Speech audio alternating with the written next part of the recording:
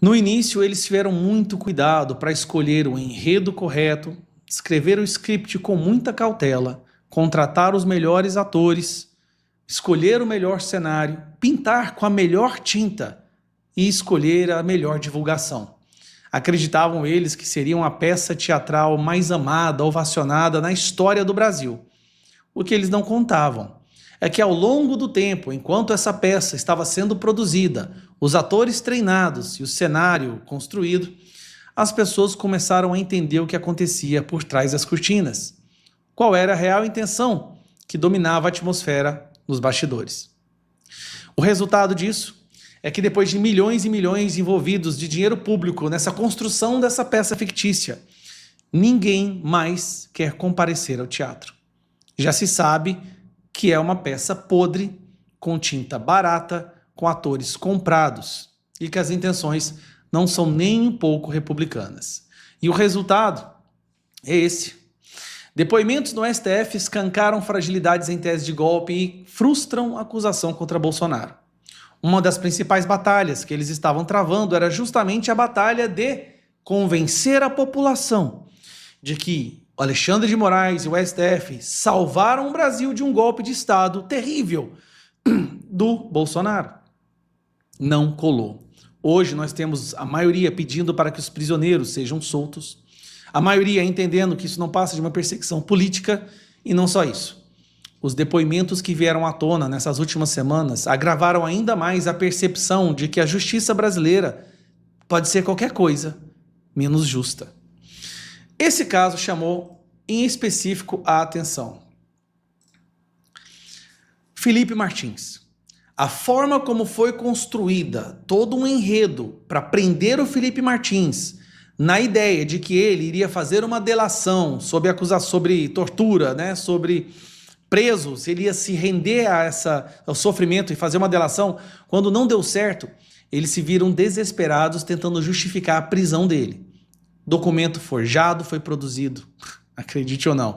Depois de um depoimento, o general fala que o Felipe Martins nem sequer estava na reunião. A situação, cara, é insustentável.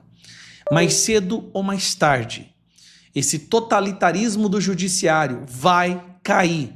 E cada uma dessas pessoas pagará o preço. Bom, vamos lá, Márcio. Como tem muito depoimento, né, eu vou me ater aqui ao caso mais controverso, talvez, aí dessa denúncia, que é do ex-assessor internacional do Bolsonaro, Felipe Martins, que ficou preso ali preventivamente por 6 meses. Bom, tem um equívoco aí. Ele não ficou preso por 6 meses.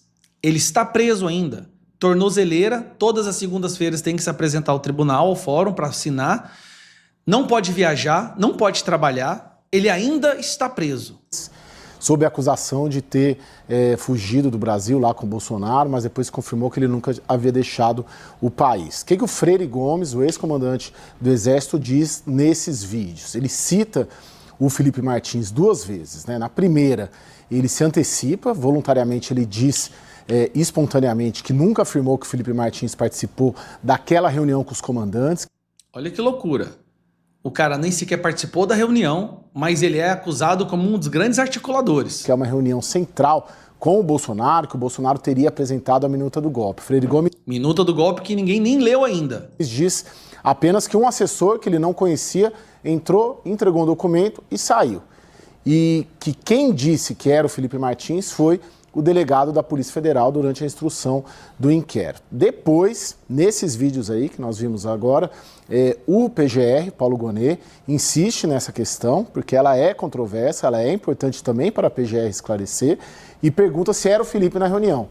E o Freire Gomes disse que não sabe que, como tinha esclarecido, ele não tinha condições, não tem condições de dizer que era o Felipe, mesmo depois que ele sabia quem que era o Felipe Martins, com base nas imagens ali no noticiário. Pois bem.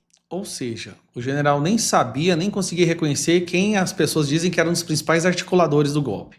O comandante da aeronáutica disse também que nunca viu o Felipe Martins. Então, de uma forma geral, isso tem uma percepção ali que enfraquece um pouco essa alegação de que ele era uma figura central, porque os comandantes não sabiam quem era ele. Ok? Obrigado. Né? Juntando essas falas com os depoimentos do Anderson Torres, ex-ministro da Justiça, que diz que nunca participou de reunião com o Felipe Martins, e o próprio Jair Bolsonaro, que nega também, essa tese da PGR pode vir a ser fragilizada e justamente essa acusação, né? Reforçando aí o que muitos acham, não necessariamente bolsonaristas, que ele só foi denunciado porque prenderam ele para tentar tirar uma delação premiada dele. Preste atenção. Até quem não é bolsonarista reconhece que um cidadão foi preso como forma de tortura, intimidação e coação para que ele falasse exatamente o que o Alexandre de Moraes queria ouvir para poder dar continuidade a esse teatro. Você escutou isso? Até quem não é bolsonarista. Justamente essa acusação, né? Reforçando aí o que muitos acham, não necessariamente bolsonaristas, que ele só foi denunciado porque prenderam ele para tentar tirar uma delação premiada dele e não conseguiram e agora precisa denunciar para justificar essa prisão preventiva de 6 meses. Na Lava Jato era assim também. Lembrando que quando o Alexandre de Moraes votou para tornar o Felipe Martins réus, ele disse que isso se baseava em 3 episódios: a delação do Mauro Cid, os registros de entrada no Alvorada e o depoimento do Freire Gomes. Então, peraí. Delação do Mauro Cid, 11 versões diferentes sobre tortura e sobre ameaça.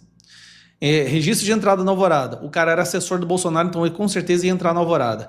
E delação, e fala do Freire Gomes, no qual ele volta atrás? Os registros de entrada do Alvorada é sempre muito problemático ali, porque tem de entrada, mas não tem de saída, enfim. De alguma maneira, a própria geolocalização ali que as defesas apresentaram, de algumas empresas, de aplicativos, elas não confirmam. A geolocalização do celular do Felipe Martins mostra que ele não estava lá na hora da reunião. O depoimento do Freire Gomes, eu acabei de dizer, ele coloca ali uma dúvida e incerteza e sobra a delação do Cid, que a gente sabe, aliás, uma herança da Lava Jato, que delação premiada por si só não pode ser considerada um meio de prova isolado. Então, eu pegaria esse caso aí com uma interrogação para ver daqui em diante como que isso vai ficar a situação jurídica dele. É um dos maiores absurdos jurídicos já acontecidos no Brasil. Toda aquela revolta e indignação que a esquerda dizia sentir por conta da Lava Jato, que passou por 3 instâncias, tá? Primeira, segunda, STF, ela foi confirmada em 3 instâncias, está acontecendo agora numa escala muito mais grave, exponencialmente mais grave, só que na última instância sem o direito de recorrer.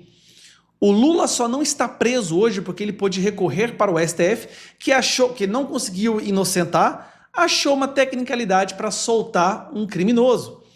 Eles estão fazendo algo 10 mil vezes pior que a Lava Jato. Com o Bolsonaro, com todos ali, com todos esses que são réus, com deputados federais, com todo mundo que reclama da ditadura que virou o Brasil. O coração já não aguenta mais de tanta indignação. Não aguenta mais. Tem hora que eu sinto pontada no meu coração de tanta indignação que eu sinto. O cara ficou preso 6 meses, 10 dias numa solitária. Tá preso ainda. Eles vão condenar ele, porque não importa mais se tem prova ou não. Tudo para salvar a democracia. Rapaz, eu tô com tanto medo dessa democracia do Brasil que eu acho que eu vou fugir para Venezuela.